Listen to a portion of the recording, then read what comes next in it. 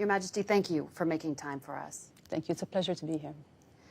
Jordan has 2 field hospitals inside of Gaza. Jordan is helping to get aid into the Strip. The UN estimates that at least 15,000 children have been killed since this war began in October. What is the impact in the region? Well, look, first of all, Gaza in the last 7 months has become unrecognizable. Cities have turned into wasteland. Growing happy children have been reduced to skin and bone. 2.3 million people in a small area have been going through hell every single day. 1.7 million of them have been displaced, and not just once, some of them several times. And they're currently living in conditions that are unimaginable, in makeshift shelters and tents on the street. UNICEF was hearing from teenage girls saying that they would rather be killed than live under these conditions. And so many have been killed. Almost 35,000 people, 70% of them women and children. As you mentioned, almost 15,000 children. Gaza has the highest, unfortunately and sadly, the highest cohort of child amputees. And every couple of days we're losing children to starvation. We in the Arab world have been seeing this war live streamed every single day, and it has become central to our lives. And it's been quite devastating. And the impact has been, obviously, people are so traumatized by what they're seeing every day. We were traumatized by October 7th, but then this war, we feel, is not, Israel is saying that this war is a defensive war. Obviously, it was instigated by October 7th, but the way it's being fought is not in a defensive way. 60% of homes have been destroyed. 80% of schools and healthcare centers have been destroyed. Are we to believe that there were Hamas operatives in each one of those? The impact has been very, very big on us. And I think people, I'm not sure if your viewers know this, but people view the U.S. as being party to this war because, Israeli officials say that without a U.S. support, they couldn't launch this war. You turn off the tap and the weapons dry out. So there's been anger in our part of the world, not at just what's happening, but at the world's reaction. When we see these violations, human rights violations and international law violations, and we're watching the world letting it happen. When October 7th happened, the world rightfully condemned it and took strong action and strong positions. We are outraged that the same is not happening when Palestinians are getting killed. And so there is the sense of the selective application of humanitarian law and a sense of unfairness, a sense of our lives don't matter as much.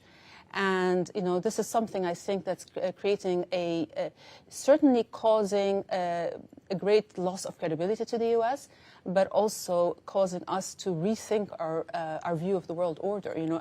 As cruel and ugly as the war in Gaza is, the state of our rules-based world order is looking exponentially worse. People are looking at Gaza as a reflection of the rest of the world, where, the rules don't matter, where international law doesn't matter, where UN resolutions can be ignored.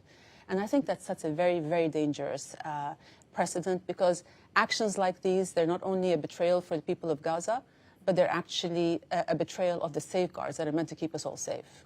You said people back home see the United States as complicit in what's happening? They see it as an enabler, so clearly the U.S. is the country that has most leverage over the U.S., over Israel. And like I said, it is the biggest ally and biggest supporter. And the Arab world is getting, the rest of the world actually is getting mixed messages. So on the one hand, the U.S. is demanding that more aid rightfully go back into Gaza. At the same time, they're denying that the starvation is intentional. On the one hand, they are outraged by the attacks on the aid convoys, but at the same time, they're denying that Israel is violating international humanitarian law. There's an expression of concern over civilian deaths, but at the same time, there's a provision of offensive weapons to Israel that are used against Palestinians. So in a sense, when you try so hard to thread the needle, you can risk dropping the ball. You can risk letting your values and principles unravel. And that has a deep impact. So, for example, even when the U.S. allowed the UN Security Council resolution on the ceasefire to pass, the next day there was an announcement saying that it's not legally binding. UN resolutions are absolutely legally binding, and these legal frameworks are there to ensure that all countries adhere to a standard of conduct. They're either applicable to everyone or they're not. Either everyone is accountable or no one is. So the next time a country breaks the rules, and the US comes and tries to apply more authority, those countries are going to say, well, you made an exception here, so why apply it to us? So I think people, we are seeing Israel falling short of moral standard after moral standard, legal standard after legal standard, and the world is refusing to act. So I think Gaza now is like a microcosm of our New World disorder, of the breakdown of international norms, of the return of might is right. And I think that's very dangerous, not just for our region, but for the entire world. Well, recently, President Biden, just about a month ago, warned Prime Minister Netanyahu that U.S. policy would change if Israel's behavior and conduct in this war didn't change. Do you believe the U.S. is starting to use the leverage you say it has? Well, look, there's definitely been a change in tone and language. And you're right, the president has been warning and has been trying very hard to persuade Netanyahu, for example, to not enter Rafah. But we've seen time and again Israeli officials not heeding the warnings or counsel or advice of allies. So I think it's time that the international community, including the U.S., really use this political leverage to compel Israel to end the war and to let aid in. And it's by taking measures, right? So again, it's by standing up for international law, saying, for example, the building of illegal settlements is wrong and it has to stop. It's by saying that, we are not going to provide you with offensive weapons. It's by saying we're not going to continue to use our veto to not hold Israel accountable when it breaks the law.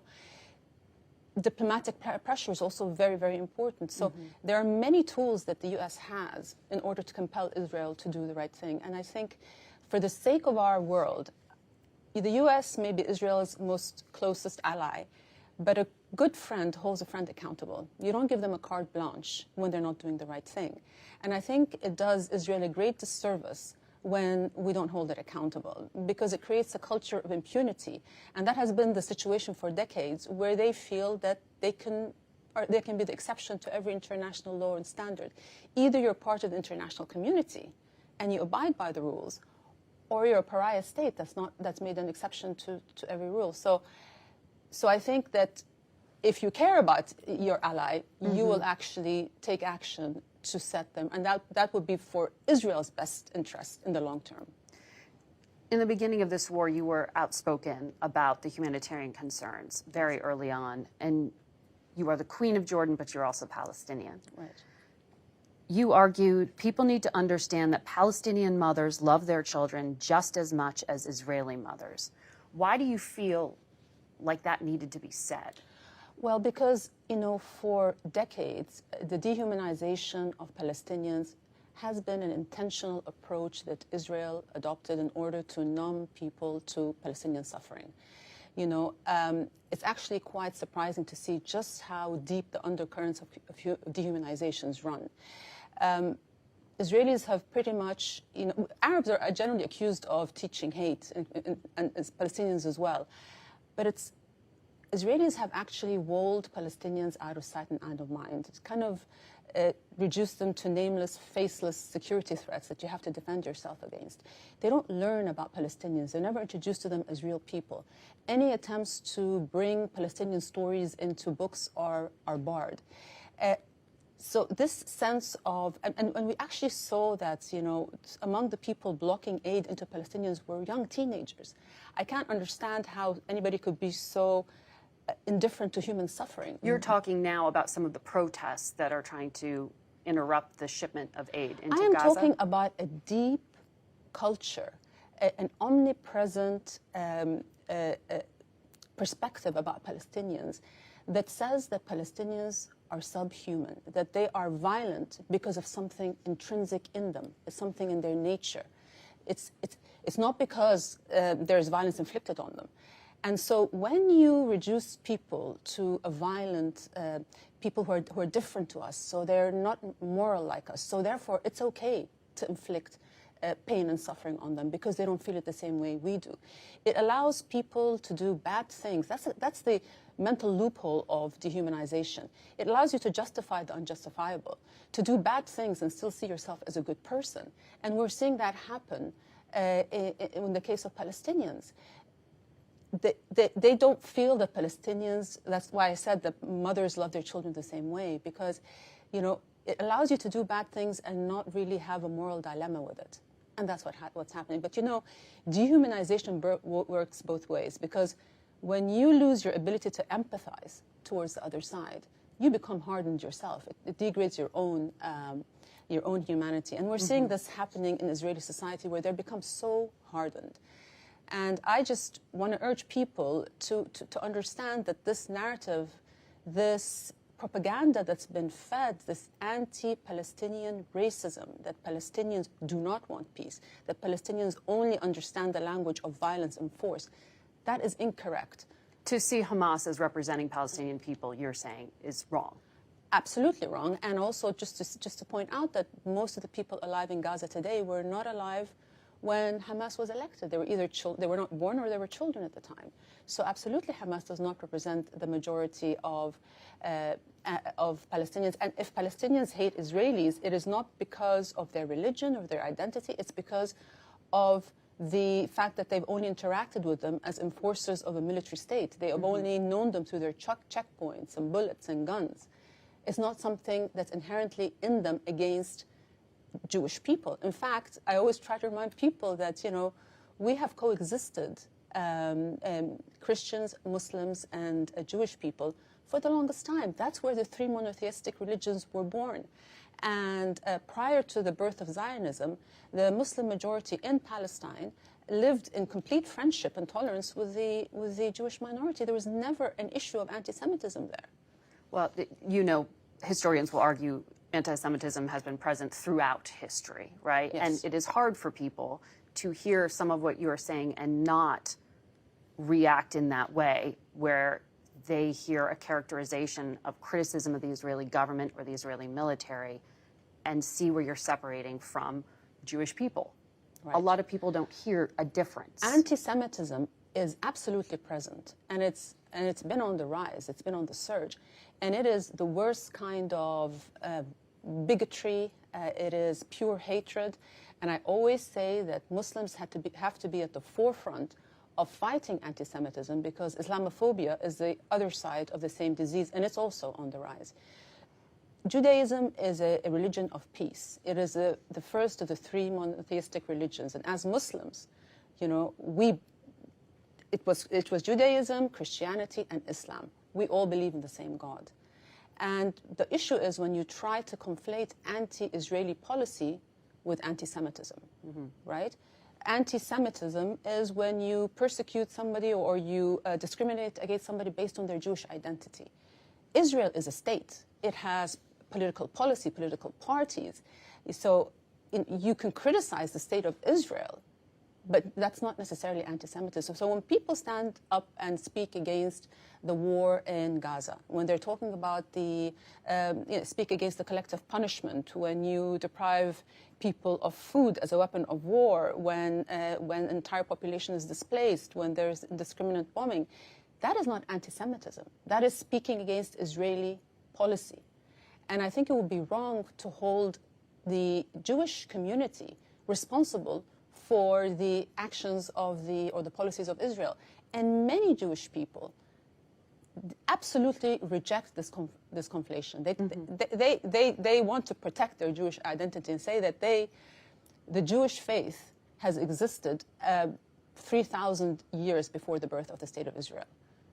So it predates the State of Israel. And to conflate the religious aspect with the politics, I don't think serves anybody, and it certainly doesn't bring us closer to peace. Well, let me ask you about that, because, you know, there are protests at colleges across the United States, here in New York, other cities, in solidarity with Palestinians in Gaza. But there is also this perception among some students that they are unsafe because they are, for example, Jewish students. What do you think of the protests, and are you surprised to see young Americans protesting like this? First of all, I think it's important to point out that law and order are paramount for everybody. And so it is important for students to abide by the rules of the campus, to not disrupt classes, to not disrupt other students' college experience. At the same time, as I said, there is a rise in anti-Semitism, and it's wrong for any student to have to feel unsafe on campus. That being said, we need to, emotions are running high, and I think people are losing sight of what these students are protesting. For them, the issue of Gaza and the Palestinian conflict is more about social justice. They are standing up for human rights, for international law, for the principles that underpin international law. They're standing up for the future that they're going to inherit. So they're asking their universities to divest from an illegal occupation. But at the same time, and maybe more importantly, they are suggesting that there is more to the story than we have been told.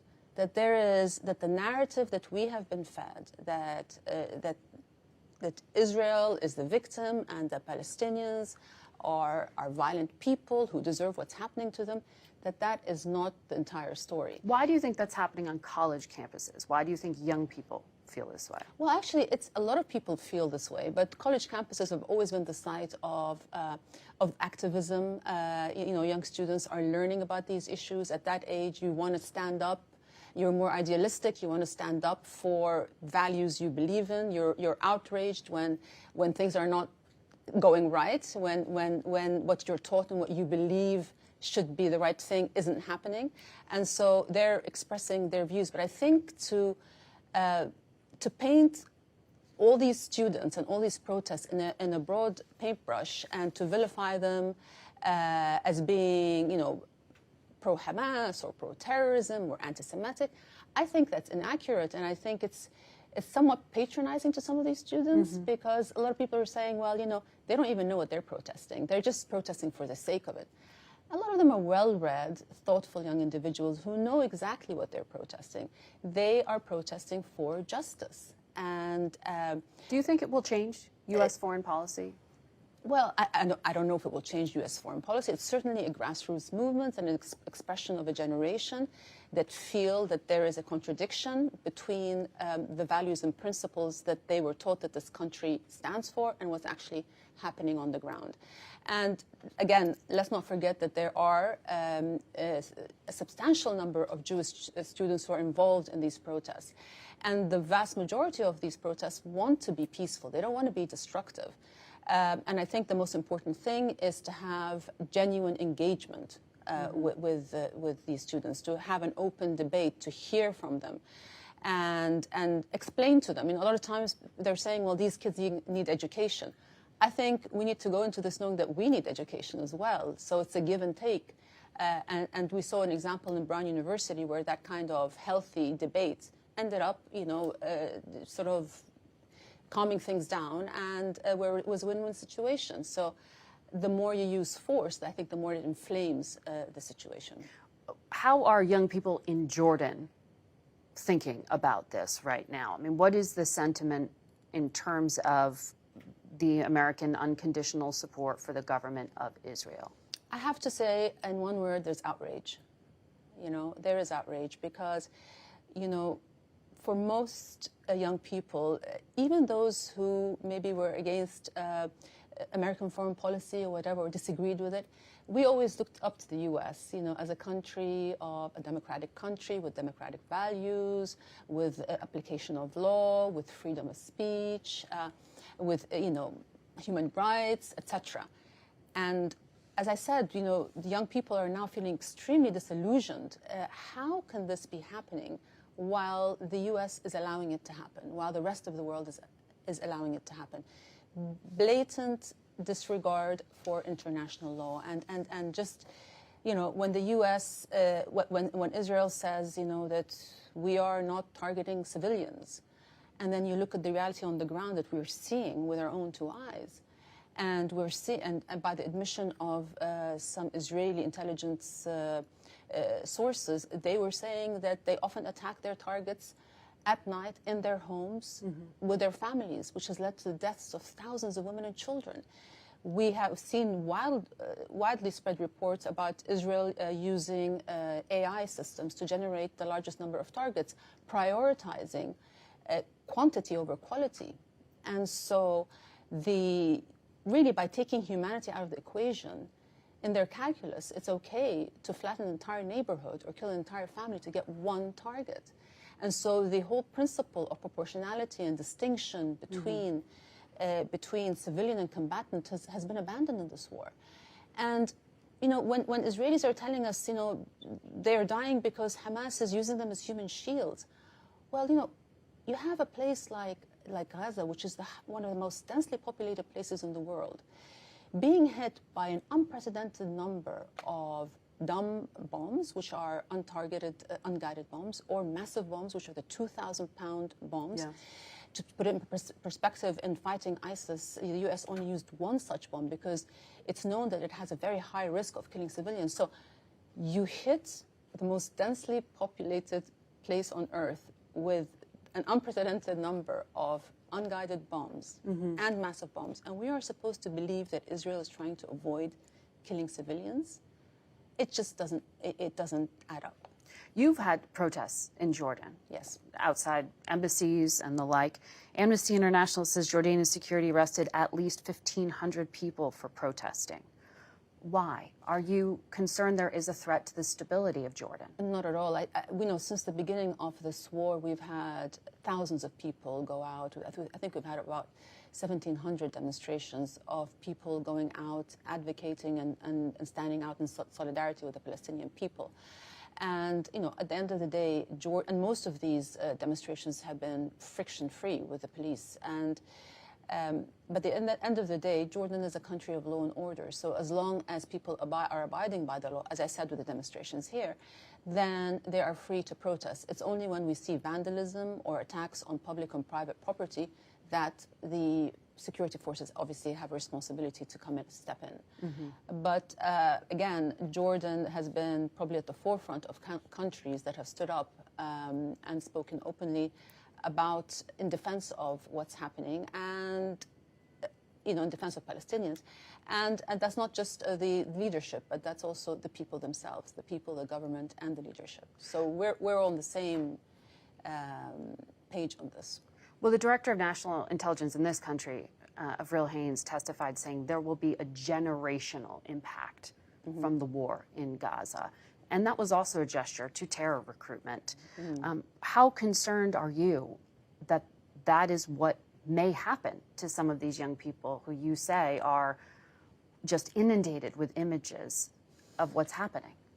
Like I said, it's not just the people who are on the extreme that are being enraged by this. It's people who are in the middle as well, people who are westernized, people who studied here, people who are suddenly just looking at the world and saying, they're so disillusioned. They're saying, clearly there are different standards, that humanitarian law is applied selectively and that our lives don't matter. And that it's okay for almost 15,000 children to be killed, 19,000 to be orphaned. It's okay for the infrastructure to be obliterated. It's okay to stop the delivery of aid and food to an entire population. That is collective punishment. It's a war crime, and it's happening. And so the young people are saying, I guess the West doesn't like us. So. In my opinion, this is probably one of the most radical, largest recruitment event that we've seen in recent history. It's because it's turned a lot of people away, and it's making people feel like there's just no justice in this world. And that is a very dangerous place to be. That is, what you are describing is what Defense Secretary Austin warned Israel about, that you could have a tactical win and a strategitic loss in the long term. That's what I hear you saying, that this will lead to more terror recruitment. Absolutely. And we need to ask ourselves this simple question. Is this war making Israel safer? Is it making our world safer? I would argue after 35,000 people dead, after the obliteration of the civilian infrastructure in Gaza, after the violations of so much, after the rhetoric that we're hearing, from Israeli officials, calling Palestinians human animals, or saying, when the Prime Minister says that Palestinians are children of darkness, that they only understand the rules of the jungle, when officials say we need to find a more effective way than death to inflict suffering on Palestinians. How is that making Israel safer? I mean, how? We need to create, peace is not about politics only. It's about people. It's about culture. It's about state of mind. It's about choosing tolerance over suspicion. It's about choosing compromise and reconciliation over the false promise of victory. And the politics inside of Israel has shifted so far to the right that it's become acceptable. Israelis are surprised when the word genocide is used, because they cannot see Palestinians as anything but as a security threat, that they deserve what's happening to them. In a poll... They're traumatized after October 7th. Absolutely traumatized. I understand that. And I understand that because of my own background, that I would identify with the Palestinian side more. And because of that, I challenge myself every single day to put myself in the shoes of an Israeli mother who has a child that's been taken as hostage, or any young Israeli who has been taught and who's heard of the horrible persecution that the Jewish people have had to endure in Europe. And I try to empathize and see where they're coming from. And absolutely, we need the hostages to go home as soon as possible. And we need the war to end as soon as possible so that Palestinians can go back to their homes, if they have homes left. So I understand that what happened on October 7th was traumatic and devastating for Israeli society. But the reaction to it has not helped the situation. You cannot just rely on this visceral reaction of retribution and revenge, because then you're just going into the cycle of violence and just digging deeper in it, and it's just going to keep getting worse. Israel could have retaliated through surgical strikes against Hamas, but that's not what we're seeing today. We are seeing a war that is not fought in a defensive way. When you were at the White House in February, President Biden mentioned that your husband, King Abdullah, and 2 of your children had participated in airdrops in Gaza. But you've referred to the airdrops as just drops in an ocean.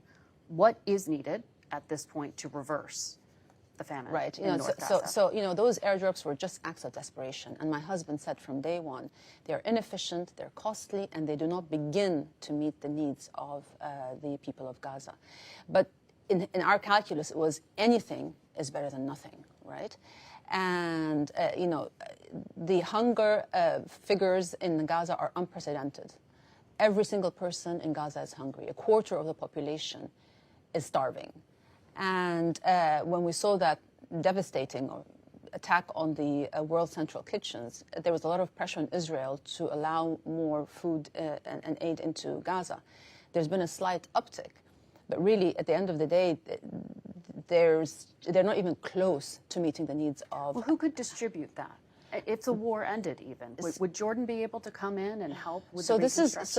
So this is the thing, I think what that strike did, for example, was stop aid, make lots of agencies suspend their operations because they didn't feel safe working in Gaza. And this after Israel has bombed flower fields, agricultural land, fishing boats, basically decimating Gaza's ability to feed itself, not just today, but for years to come. And so what is required is a permanent ceasefire that allows the hostages to go back home and people to go back to their homes. We need to put pressure on Israel to open all access points. And the land access is the most efficient way to deliver aid at scale. We need to streamline the vetting process, which now is so complicated and arbitrary. And they could find one thing in a truck that they don't approve, and the whole truck has to go back. And the last thing is that we need to allow aid workers safe access within Gaza so that they can actually deliver the aid to the people that need it. But if we do not flood Gaza with aid soon, then we are going to be facing a mass famine. And I don't know how the world just is happy doing that. It's a major stain in our global consciousness to see this happening in slow motion and not do something about it. Jordan has had a peace treaty with Israel since 1994. If Israel goes into southern Gaza, into Rafah, as the Prime Minister says he intends to do, will peace hold? As you said, we've had peace with Israel since '94, and Jordan always honors the commitments it signs up to in peace agreements. We will always be on the side of peace and diplomacy, but diplomacy requires trust, and a lot of that trust has been eroded over the years because of violations against people in Gaza and the West Bank, and because of the undermining of the Jordanian custodianship of the Christian and Muslim sites in Jerusalem, which are part of this agreement. What do you mean by that? What's happened? Well, time and again, we have violations against Christian sites and Muslim sites by Israeli troops who are not allowing people to go in, who are arresting people, who are not allowing people to pray. We're seeing that happening all the time. And so this is constantly undermining the Hashemite role and custodianship of these holy sites. And so